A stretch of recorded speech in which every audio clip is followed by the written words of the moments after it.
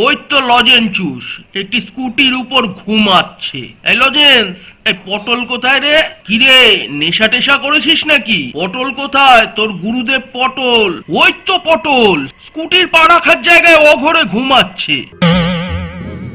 গন্ধের চোটে গার্লফ্রেন্ড টিকছে না বলে লালটুকে দেখলুম উদাস হয়ে বসে রয়েছে। আমাকে দেখেই কান্নাকাটি আরম্ভ করলো। আমি বললুম, দাঁড়াও, আমি অনুসন্ধান করে দেখছি। আজকে এই দুর্গন্ধের রহস্য আমি ভেদ করেই ছাড়বো। দেখি তোমার কানটা দেখি, এই কানের থেকেই আমার মনে হয় যাবতীয় দুর্গন্ধ ছড়াচ্ছে। শান্ত হয়ে বসো, আমাকে ভালো করে চেক করতে দাও। এ লালটু, কানে তো প্রচুর ময়লা জমেছে। এই দেখ দেখ, চেক করে দেখ নিজের কানে কিরম গন্ধ। দেখ, কান পরিষ্কার না করলে গার্লফ্রেন্ড থাকবে? পুজোর প্যান্ডেলের কাজ চলছিল। পাড়ার মানুষের সাথে পাড়ার কুকুর বিড়ালগুলোরও আনন্দের আর সীমা নেই। আপনারা যারা এমন ভাবছেন তারা সম্পূর্ণ ভুল। আপনারা যেই দুইজনকে খেলতে দেখছেন, এনারা দুইজন কালকে একটি কাকের বাচ্চাকে এনে এই প্লাস্টিকের উপরই বসে খেয়েছিলেন এবং তারপর এই প্লাস্টিকের উপরই বমি করিয়াছিলেন। অনেকদিন পর বিচি এসছে দেখে আমি বিচিকে যেতে ধরলুম।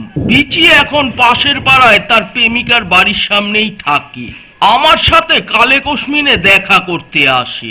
আমি যখন ব্যস্ত হয়ে বিস্কুট খেতে দিলুম, তখন উনি অলসতা দেখিয়ে শুয়ে শুয়েই বিস্কুট খেতে লাগলেন। এই হলো জীবনের সারমর্ম। প্রেমিকাকে পটানোর জন্য অক্লান্ত পরিশ্রম করতে পারবে, কিন্তু নিজের বাড়িতে বিস্কুটটুকুও উঠে বসে খাবেন না।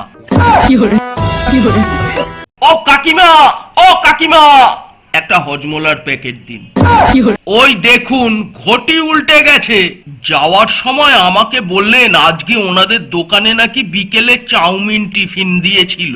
ফিরে আসার সময় দেখি উনি ঘটি উল্টে চাউমিন ঘুম দিচ্ছেন। খাওয়াবো ওকে, আজকে আরেকটা কেস খাওয়াবো। দাঁড়ান। ও কাকিমা, ও কাকিমা, একটা হজমোলার প্যাকেট দিন। কি হলো, ধরফর করে উঠে বসলে যে? তুমি ঘুমাও, তোমাকে কিছু বলিনি। ওনারা এখন জবরদস্তি মানুষকে ধরে চাঁদা তুলতে ব্যস্ত। অবলা মানুষদের রীতিমতো ধমকিয়ে চমকিয়ে চাঁদা তুলছেন ওনারা। ওনাদের চাঁদা না দেওয়ার মতো দুঃসাহস কেউই দেখাতে চান না, কারণ ওনারা ধাওয়া দেন।